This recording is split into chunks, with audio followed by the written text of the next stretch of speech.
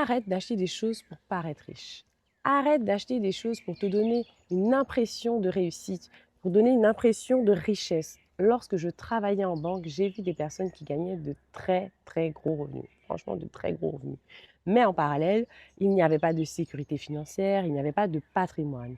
Par contre, ils avaient des vêtements de marque, des voitures toute option, de très, très gros crédits.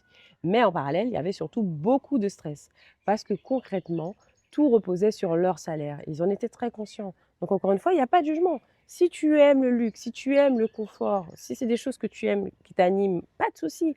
Mais pose-toi la bonne question. Est-ce que tu achètes ce genre de choses pour te faire plaisir, donc pour toi, ou est-ce que tu le fais pour les autres, pour impressionner les autres? Parce que si tu cherches à impressionner les autres, sache que eux, ils s'en foutent, sincèrement. Par contre, en parallèle, qu'est-ce qui se passe? Tes projets sont mis en pause, tes projets les plus importants. Acheter une maison, assurer ta sécurité.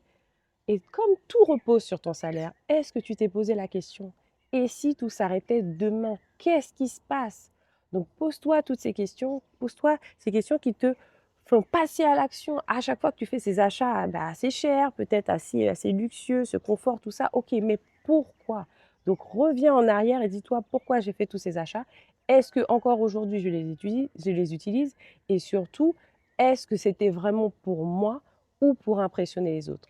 Et si c'est le cas, à ce moment-là, c'est pas grave. Maintenant, tu changes d'état d'esprit et tu vas passer à l'action et tu vas enfin te faire plaisir. Te faire plaisir, toi.